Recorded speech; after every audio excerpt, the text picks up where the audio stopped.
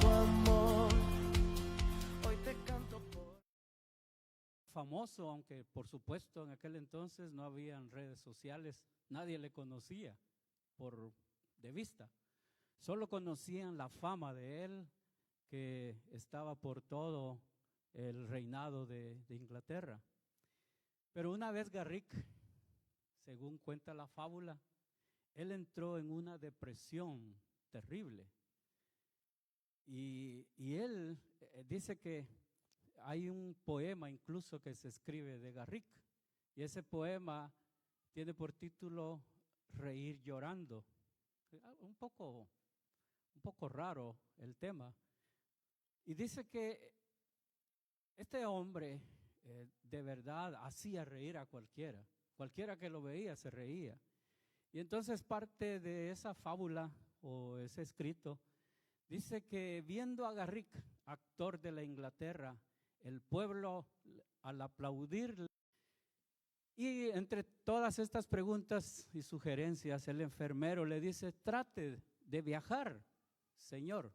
Como dije al inicio, la gente no conocía a Garrick en persona, solamente conocía su fama de lo que era. Y entonces dice: trate de viajar. Y él le dice: he viajado mucho. Entonces el enfermero le dice: bueno, busque a alguien que le ame. Y dice: soy muy amado. Y le dice: tal vez necesita un título de la alta sociedad. Y él le dice: yo nací de una familia noble. Entonces el enfermero le vuelve a decir: bueno, tal vez usted es pobre. No, yo tengo muchas riquezas. Y el enfermero se queda perplejo de todas estas preguntas y respuestas y todo lo que Garrick le decía. Y entonces el enfermero no tiene otra solución y le dice: ¿sabe qué? Solo viendo a Garrick usted podría sanar. Y entonces Garrick, como el enfermero no le conocía, le dice: ¿a Garrick? Sí, me han dicho que toda la gente cuando lo ve ríe. Entonces él le va a ayudar. Y Garrick le dice: ¿y usted cree que él me sane a mí? Dice: claro, por supuesto, él ha sanado a muchos. Y le dice: no, por favor, cámbieme la receta porque yo soy Garrick. Este es un cuento de niños, ¿verdad? Pero muchas veces tiene alusión a la vida de muchas personas. Es increíble, pero hay personas que usted las ve contentas, las ve gozosas, las ve brincando, pero están destruidas internamente. Y a veces las personas no saben por qué tienen ese tipo de situación dentro de ellos. Y toda la gente le saluda, y qué bueno esa persona, qué bueno cómo saluda, cómo le gusta llegar con la gente, pero esta gente no es feliz. Y aunque usted no lo crea, hay muchos casos, y no solamente en la sociedad, hay muchos casos dentro de las iglesias. Y viendo eso, yo decía: usted sabe que en las últimas 3 semanas yo no he predicado. Han habido otras actividades y yo no lo he hecho, pero desde hace rato, mientras estaba pensando en el bosquejo, y siempre me aparecía este salmo, y yo decía: pero ¿cuál será la razón? Yo no lo sé. El Señor es el que tiene el control. El Señor es el que sabe qué persona necesita escuchar ciertas palabras. No está en control mío. Sencillamente entendemos que en el cuerpo humano hay muchas veces heridas físicas. Pero cuando hay una herida física, ¿cuál es lo que nosotros hacemos inmediatamente? Rápido echamos alcohol o echamos cualquier pomada. Rápido tratamos de evitar que esa herida se infecte y que esa herida cierre. Y las heridas físicas, aunque cicatrizan y dejan cicatrices, pero son más rápidas de sanar, de cerrar, que una herida emocional. De eso quiero hablar este día. Tal vez tenemos algunas heridas físicas, eso con penicilina se quita, con un poquito de ungüento se quita. Pero una palabra o un hecho negativo duele más y es mucho más dañino que un golpe físico. El maltrato físico es terrible, pero el maltrato psicológico es peor. Deja traumas. Algunas personas incluso no disfrutan de la vida porque tienen muchas heridas traumatizantes en su corazón. No saben por qué actúan de esta manera. No saben por qué es que son aislados. No saben por qué no les gusta saludar. No saben por qué no pueden dar un abrazo. No saben por qué muchas veces no dejan ser abrazados. Y es porque hay una herida espiritual. Hay una herida que no saben. Se manifiestan estas heridas. Hay 3 niveles de la mente. El primer nivel de la mente es el consciente. Todo lo que está a nuestro alrededor, ese es el nivel consciente. Cuando usted saluda a alguien, cuando usted come, cuando usted ve, cuando a usted le llaman, cuando a usted le dan un abrazo, ese es el nivel consciente. En ese nivel consciente, ese nivel, nosotros nos desarrollamos en el aspecto social. Compartimos con la gente. Ese es el aspecto, el nivel consciente. Pero hay un nivel subconsciente. ¿Cuál es ese nivel subconsciente? Ese nivel es el reino de oposición a la razón. Estamos hablando un poco raro este día, posiblemente en términos psicológicos, pero el nivel subconsciente es cuando usted está durmiendo y usted ve cosas raras en el sueño. Y usted dice, bueno, yo me soñé en un jardín grandísimo. Ese es un nivel subconsciente. Es un nivel realmente se opone a la razón. Porque usted muchas veces, yo no sé si usted alguna vez se ha soñado volando. Yo me he soñado volando, pero no en avión. He soñado que tengo alas, Dios mío, ¿dónde aterrizo? Son cosas que no podemos controlar. Es el nivel subconsciente. Bueno. Gócese, ría un poco porque es bueno. La risa es un remedio infalible. Pero por último está el nivel que se conoce como el nivel inconsciente. Hay personas que tienen el corazón tan lleno de cosas raras y a veces dicen una maldición y dicen, lo dije inconscientemente. Es porque dentro de su corazón está. Dice la Biblia que de la abundancia del corazón habla ¿qué? Usted lo dijo, de la abundancia del corazón habla la boca. Si usted tiene un corazón gozoso, un corazón que bendice el nombre de Dios, un corazón que glorifica el nombre del Señor, ¿de qué va a hablar usted cuando habla en una forma inconsciente? De la gloria de Dios. ¿Sí o no? Eso es el nivel inconsciente. Y en el nivel inconsciente, este es un nivel que se conoce como un nivel de peligro, en donde están los pensamientos descontrolados, aunque usted no lo crea. Por eso es que a veces los jueces en las cortes, cuando alguien bajo efectos del alcohol o de alguna droga comete homicidio, muchas veces hay cierta rebaja de la pena, porque esta persona técnicamente estaba fuera de sus cabales, estaba en un nivel inconsciente. Bueno, eso es el asunto de los niveles de la mente en términos muy generales, pero la mente es tan tremenda, la mente que Dios nos dio. Y bueno, nosotros tenemos una mente diferente, si usted quiere, porque nosotros tenemos la mente de Cristo. En la mente de Cristo hay abundancia de bendición, hay abundancia de gozo.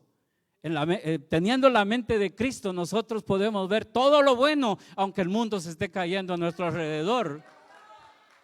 Pero las cosas que entran a la mente no se olvidan jamás. Un niño aprende tantas cosas y eso él lo está grabando, es una grabadora. Y 70 años después, muchos recuerdan lo que les pasó cuando eran bebés. Díganme a mí el color de camisa que yo usaba cuando tenía 2 años. Bueno, no me recuerdo, por supuesto. Pero la mente no olvida, es una cosa tremenda. La mente es algo que Dios hizo en una forma espectacular. Pero en la mente el problema es esto, que las heridas que hay en la mente permanecen sin sanar. Después de 40, 50 años de casados, la esposa le dice, ¿te recuerdas aquella vez? Ay, Dios mío, que la mente no olvida. La mente humana no olvida, a menos que Dios tome el control de esa mente. A menos que Cristo sea el que limpie esa mente. A menos que Cristo sane esa herida para olvidar el pasado. Por eso fue que Cristo mencionó esto y dice que vuestros pecados van a ser echados en lo profundo de la mar para que usted no se recuerde más de ellos. Hay algunas causas de las heridas del alma. Hay varias causas que a veces nosotros no entendemos por qué nos ocultamos, por qué le tenemos miedo a la araña, al ratón, le tenemos miedo a la oscuridad, no nos gusta socializar. ¿Y por qué? ¿Cuál será la razón? Bueno, puede ser que hayan habido traumas prenatales. ¿Cuáles serían esos traumas prenatales? Uno de ellos pudo haber sido el rechazo, que quizá la pareja no quería ese bebé y ese bebé lo está asimilando internamente. Y esos golpes que se dan antes de nacer ya se están acumulando en el corazón de ese feto. También puede ser que la madre, lógico, ella quiere tener al bebé, pero dentro de eso quizá hubo maltratos a la madre de parte del padre. Y esos maltratos se van acumulando. O tal vez hubo un embarazo bajo efectos de alguna sustancia prohibida, alcohol o alguna droga, y eso puede afectar también. Y eso va causando heridas del alma en un estado prenatal. Pero también hay heridas que se van creando o traumas que se van creando en la niñez. ¿Cuáles son esos traumas en la niñez y que no se puede salir fácilmente de ahí? Que puede haber una experiencia de miedo. Tal vez el niño una vez puso su mano sobre la estufa y se quemó las manos, o alcanzó su mano arriba de la estufa y se le cayó una olla con agua hirviendo. Esos son traumas que quedan en la niñez. Y aunque la herida física ya sanó, la herida espiritual permanece ahí.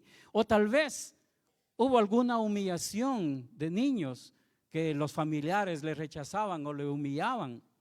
Tal vez no le trataban como se debía. Quizás los padres peleaban mucho y entonces eso lo transmite hacia los niños y esos niños van creciendo con un trauma. Tal vez también puede ser el posible rechazo por otro bebé que viene en camino. Bueno, ya vamos a tener que presentar más niños todavía, pero puede ser que ahí se origine también un trauma. Cuando ya no se le pone atención al niño que ya está, sino que se le pone más atención al recién nacido. Bueno, también hay resentimientos por falta de amor de los padres. Muchas veces escuchamos nosotros eso. Si yo hubiera tenido un padre así, cosas así son resentimientos que se van acumulando poco a poco. También hay otros traumas que se van creando en la edad adulta. Usted dirá, pero entonces también los adultos también tenemos, sí.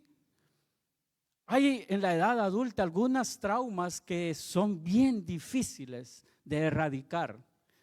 Es una cosa terrible porque por mucho que nosotros quisiéramos, esos traumas se van acumulando en una forma tan tremenda. Y uno de esos tal vez puede ser un desengaño amoroso.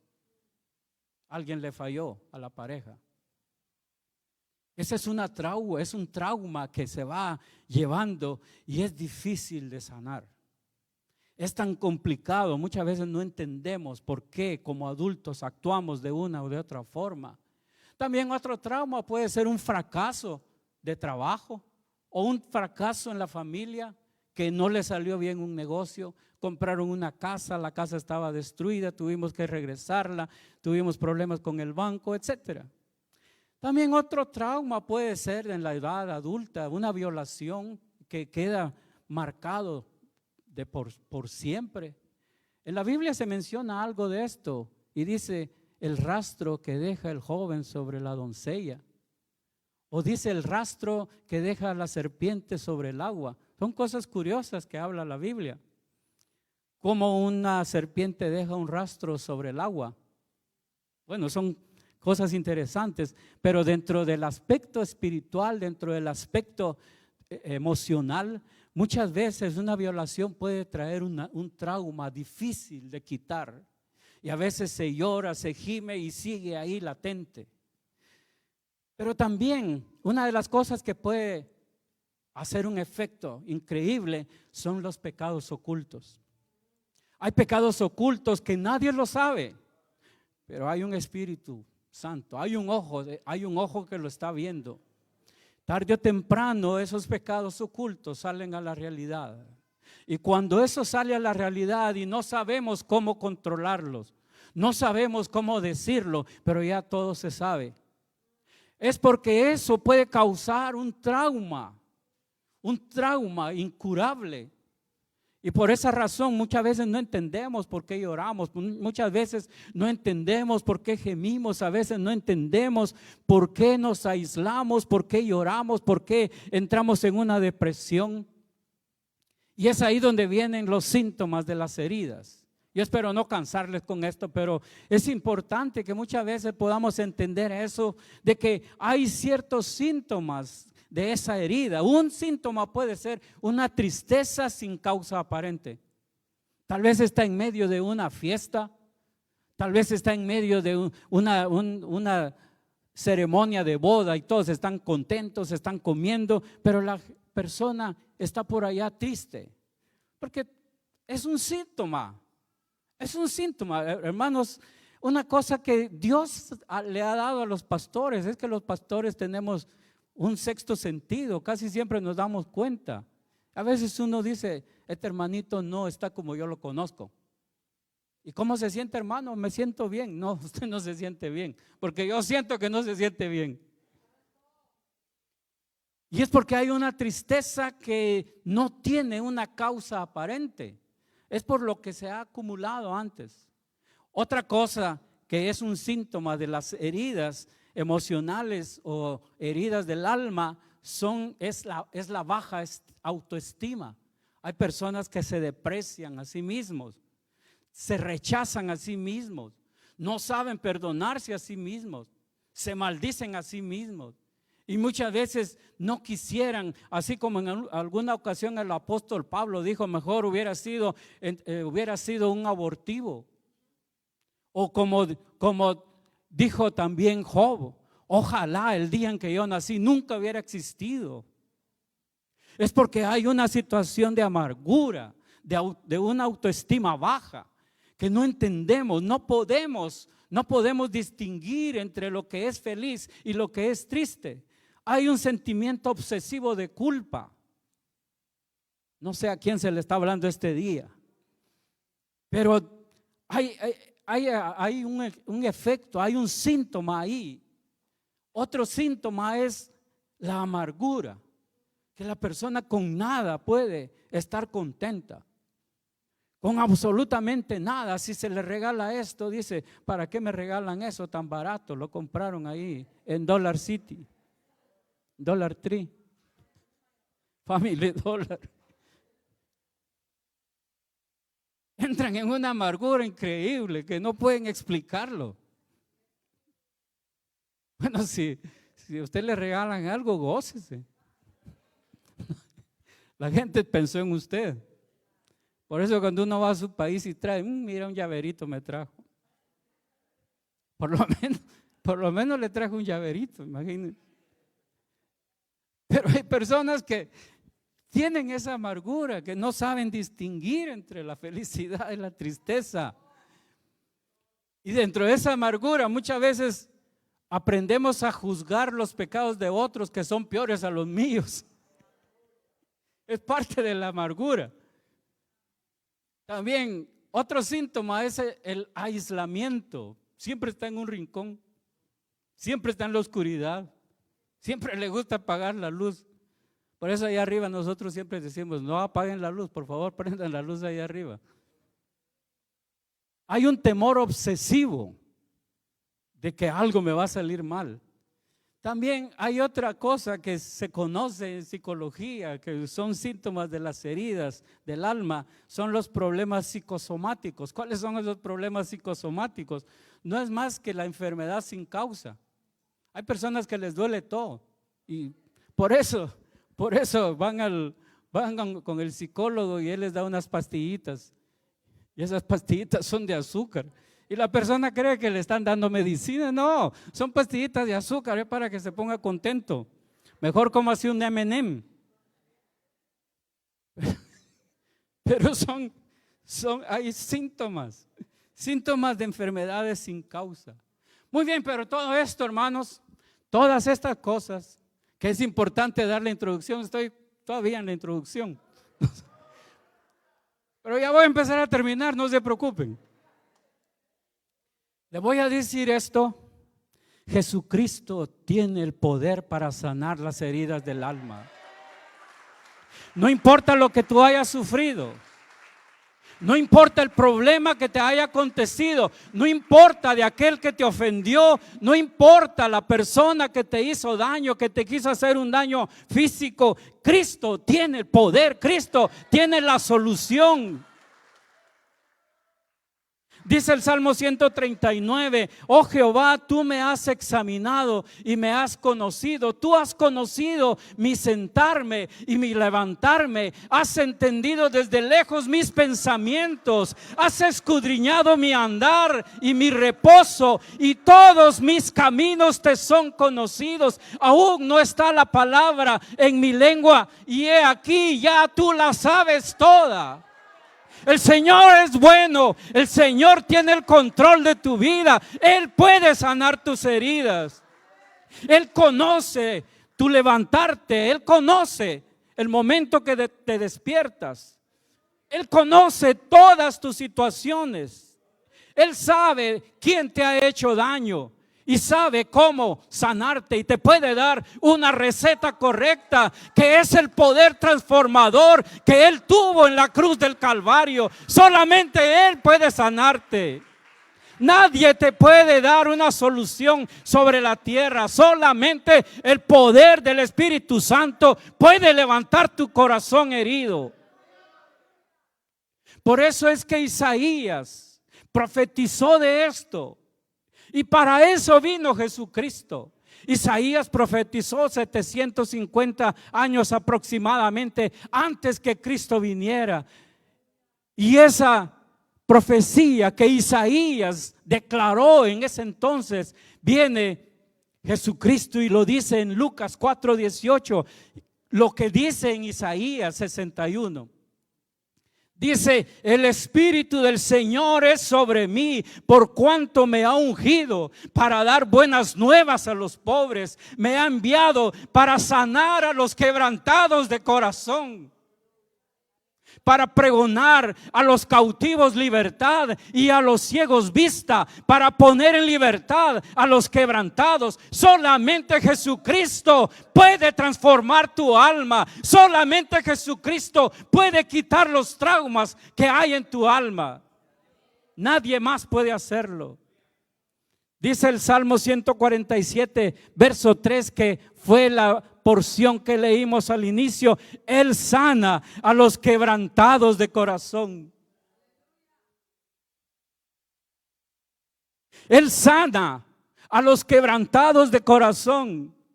Y no solamente sana a los quebrantados del corazón, dice que Él venda sus heridas. Él tiene cuidado de tu vida, tiene cuidado de tu cuerpo físico, tiene cuidado de tu salud espiritual. Él ha venido para eso. Yo no sé cuál es tu situación este día.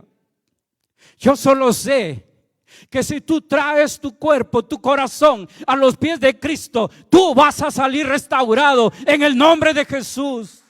Yo solamente sé que si este día tú estás dispuesto a entregar tu corazón al Señor, no importa que lleves 10, 15, 20 años en el Evangelio, pero quizá tienes un corazón herido, este día Dios puede llevarte sanidad a tu alma. Porque para eso vino Él. Para eso se sacrificó, para eso todo el Antiguo Testamento habla de la profecía que vendría un Redentor. Todas las cosas que nosotros vemos a través de los profetas, a través de los salmos, a través de los libros poéticos, apuntan a lo que Cristo iba a hacer en el futuro. Y eso es el día de hoy, a sanar a los quebrantados de corazón. Te digo una cosa, a veces no entendemos de dónde viene la persecución. A veces no entendemos por qué el enemigo quiere fastidiarnos tanto. Y cuando tal vez estamos más cerca de Dios, cuando queremos trabajar más cerca del Señor, cuando decimos yo quiero trabajar para el Señor, el enemigo te empieza a bombardear, el enemigo empieza a ponerte tropiezos. Pero alabado sea el nombre del Señor, porque el Señor va a tener también la respuesta en esa situación. Dios permite algunas veces la persecución. No es que Dios traiga el castigo, pero sí Dios permite muchas veces que haya persecución. A veces no entendemos, a veces no sabemos por qué estamos pasando por una situación traumática. A veces no entendemos por qué todas las cosas nos salen mal. A veces no entendemos por qué la familia nos ha abandonado. No entendemos, pero sí el Señor tiene la respuesta. Y es porque el enemigo está enviando sus dardos, tratando de destruirte, tratando de decir tú no puedes, pero tú sí puedes, en el nombre de Jesús. Muchas veces el enemigo va a traerte duda a tu vida. Muchas veces el enemigo te va a decir ¿para qué vas si tú no vales ni un centavo? Muchas veces el enemigo te va a decir ¿para qué te vas a parar en el altar si tú estás peor que otros? Pero Dios tiene la respuesta. Cuando el enemigo quiera levantarse contra ti, la Biblia dice que ninguna arma forjada en contra de ti prevalecerá. Glorifica el nombre del Señor, porque Dios sigue teniendo control de las cosas que están a tu alrededor. A veces cosas que no entendemos, solamente necesitamos acercarnos al trono de la gracia de Dios. Esa es la entrada que ahora nosotros tenemos. Tenemos entrada directa buscando el rostro del Señor. Muchas veces hemos escuchado mensajes del Antiguo Testamento en donde estaban 3 áreas en el lugar del tabernáculo y después del templo. La primera parte era sencillamente el atrio. Después estaba el lugar santo. Después estaba el lugar santísimo. El lugar santísimo únicamente se podía visitar una vez por año. Y únicamente lo podía hacer el sumo sacerdote. Y tenía que llevar la sangre de los machos cabríos para esparcirla en el arca del pacto. Y cuando esa sangre se esparcía en la tapa, que se llama propiciatorio, dice que en ese momento Dios estaba haciendo reconciliación con el pueblo, pero solo el sumo sacerdote podía entrar. Y eso tenía que esperar un año completo para regresar una vez más, y no podía entrar si él estaba contaminado con algún pecado, porque la Biblia era tan exacta en ese momento, tan estricta en la ley sacerdotal. El sumo sacerdote tenía que ser amarrado a una soga, y en el borde de su vestido tenía campanillas que mientras él estaba oficiando, mientras él estaba esparciendo, porque dice que el sumo sacerdote esparcía la sangre de los machos cabríos sobre el propiciatorio. Mientras él estaba en movimiento se escuchaban las campanillas que él estaba vivo, pero si él no estaba bien, ahí quedaba simplemente muerto. Y nadie podía entrar al lugar santísimo. Tenían que sacarlo con una soga. Pero en el libro de Hebreos dice que Cristo, Él expió de una vez por todas, no por machos cabríos, no una vez al año. En este momento diciendo lo que sucedió al momento que Cristo dijo consumado es en la cruz del Calvario. Cuando Cristo dijo consumado es, el velo del templo se rasgó de arriba a abajo, dándonos entrada libre hacia el trono de la gracia de Dios. No tenemos que esperar un año para buscar la presencia del Señor. No tenemos que esperar al próximo domingo para venir y reconciliarnos con el Señor. No, hoy es el día apropiado para que tú vengas y te presentes delante del Altísimo. Pero en medio de esa misma persecución que el enemigo muchas veces te va a traer, y que algunas veces hemos mencionado en algún mensaje, cuando Pedro una vez le dijo a Jesús: no, yo no te voy a dejar, Señor. Y Jesús le dice: Pedrito, el diablo te me ha pedido para zarandearte, para destruirte, para hacerte pedazos. Pero no te preocupes, yo he rogado al Padre para que tengas fe, para que puedas soportar.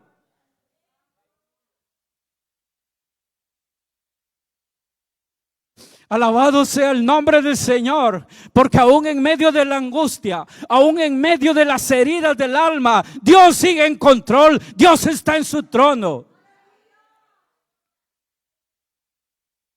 Y hay algo impresionante que se menciona en el libro de Job. Job tenía muchas riquezas. Usted ha escuchado esto una y otra vez. Pero es interesante que usted escuche de nuevo esto. Le llegó a Job una destrucción repentina. Su familia se perdió, sus riquezas se perdieron, todo se perdió. Aún lo único que le quedaba, que era su esposa, y la esposa aún le dice: ya deja eso, maldice a tu Dios y muérete. Pero Job todavía le dice: como cualquier mujer fatua has hablado. Si hemos recibido de Dios las cosas buenas, ¿alguna vez no recibiremos las cosas malas? Y en todo dice que Job no blasfemó contra Dios. Y todavía sobre eso vienen 3 amigos de Job y un cuarto amigo. Y esos 3 amigos vienen supuestamente a consolarle, como a veces nos pasa a nosotros. Hay personas que tratan de consolarnos y lo que nos dicen es: así de eso murió mi tía. Cosa seria. No sé si se puede llamar consuelo a eso. Y aún en medio de eso dice que entre sus amigos empezaron a reprocharle a Job. Y hay una cosa que me llama bastante la atención en la reprensión de parte de sus amigos hacia Job. Elifaz. La Biblia menciona Elifaz. Elifaz en el capítulo 5. Escuche lo que dice. Él está para consolar a Job. Y entonces él escribe, es un poema bastante largo. El libro de Job es un libro poético. Y un alto porcentaje del libro de Job está escrito en poema. Y este es parte de un poema. Job 5:17 dice: he aquí, bienaventurado es el hombre a quien Dios castiga. Por tanto, no menosprecies la corrección del Todopoderoso. Yo no sé si usted está siendo reprendido por Dios. Si es así, no desprecie la corrección del Todopoderoso, porque Dios al que ama castiga, así como el hijo es castigado por su padre cuando se porta mal, para corregirlo, para que le vaya bien. Y todavía sigue diciendo, escuchen, esto es lo que le dice Elifaz a Job, porque él es quien hace la llaga, y Él la vendará. Él hiere y sus manos curan. Porque Él es quien hace la llaga, y Él la vendará. Él hiere y sus manos curan. Si alguna vez somos reprendidos por el Señor, si alguna vez estamos en una situación difícil, no es para traumatizarnos, porque Él hiere y sus manos curan. Él mismo hace la herida, pero Él también la venda. Es como el padre, quizá en una forma terrible, castigó a su hijo y quedaron heridas, y tal vez el padre va y le compra una medicina para sanar las heridas. No se trata de un maltrato, se trata del efecto que después de la corrección también viene una parte de instrucción, una parte en la cual podemos entender que hay hijos que son difíciles, hay hijos que son incontrolables, pero tiene que venir una parte de amor, de misericordia. Todos nosotros, hermanos, todos nosotros hemos sido alcanzados por misericordia. Si usted hace la lista de los pecados que usted ha cometido, si yo hago la lista de los pecados que he cometido, ninguno de nosotros seríamos dignos de estar en este templo. Solamente la gracia de Jesucristo ha sido fiel y verdadera. Solamente la gracia de Jesucristo ha sido capaz de limpiarnos. Solamente la sangre de Jesucristo ha sido tan provechosa para lavar nuestras heridas, para sanar, para liberarnos de esa perdición, de esa maldición, porque para eso ha venido, para sanar a los quebrantados de corazón. Y todavía sigue diciendo Elifaz a Job: en 6 tribulaciones te librará, y en la 7ª no te tocará el mal. En el hambre te salvará de la muerte. Es decir, no vas a morir de hambre. Escuche bien esto. Este es un poema que tiene un mensaje impresionante adentro. En el hambre te salvará de la muerte. Quiere decir que no vas a morirte de hambre. Quiere decir que siempre habrá provisión en tu mesa.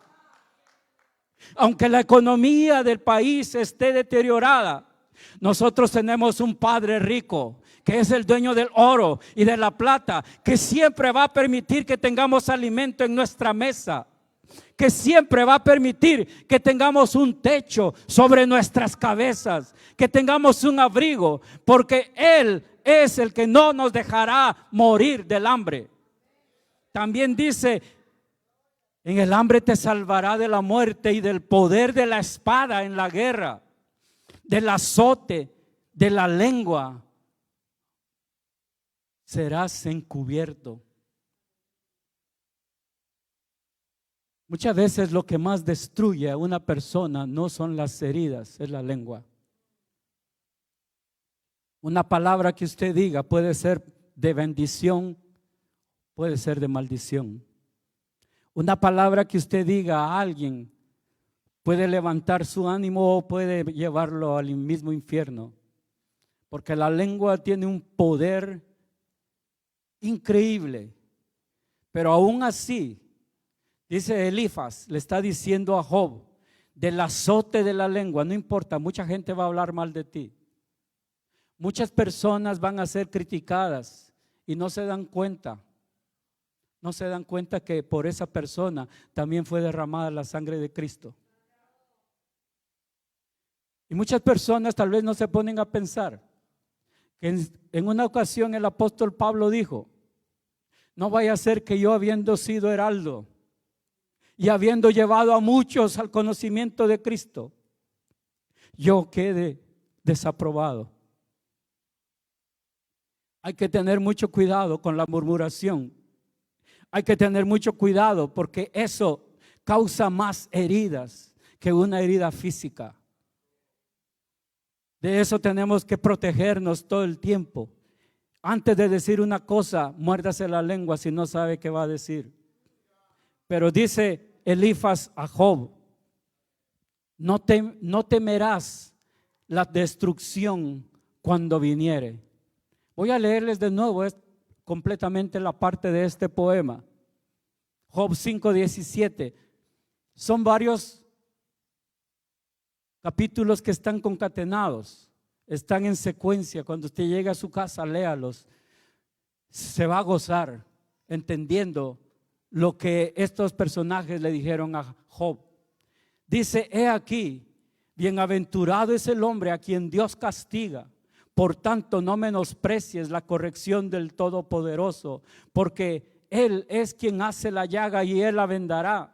Él hiere y sus manos curan. En 6 tribulaciones te librará y en la 7ª no te tocará el mal. En el hambre te salvará de la muerte y del poder de la espada en la guerra. Del azote de la lengua serás encubierto. No temerás la destrucción cuando viniere. Ya con esto quiero terminar. Ninguno de nosotros, queridos hermanos, cuando venga la prueba, ninguno de nosotros va a ser probado más allá de lo que podemos soportar. Ninguno de nosotros. Cada uno de nosotros tenemos cierta resistencia. Hay personas que aprenden a tener resistencia a lo caliente. ¿Cómo? Cuando usted va a un restaurante, usted ve al que le lleva la comida, va feliz silbando, lleva los platos así en la mano. Usted lo agarra y está hirviendo. Él está entrenado para eso. Si usted me dice que corra una cuadra con usted, usted me va a ganar. Yo 2 pasos y tengo que respirar 7 veces. Porque usted es bueno para eso. Yo tal vez ya no soy bueno para eso. Bueno, antes sí, yo miraba a un perro y salía corriendo. Pero ya no. Bueno, ahora porque los perros ya los amarran, pero antes no. Pero ninguno de nosotros va a sufrir más de lo que podemos soportar.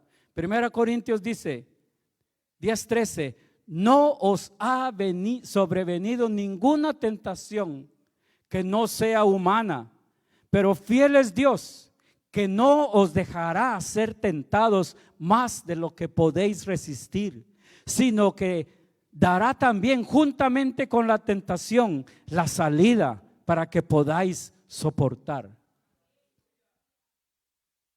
Vamos a estar en pies. Mientras usted está en pie, yo quiero leerle aquí una lista de cosas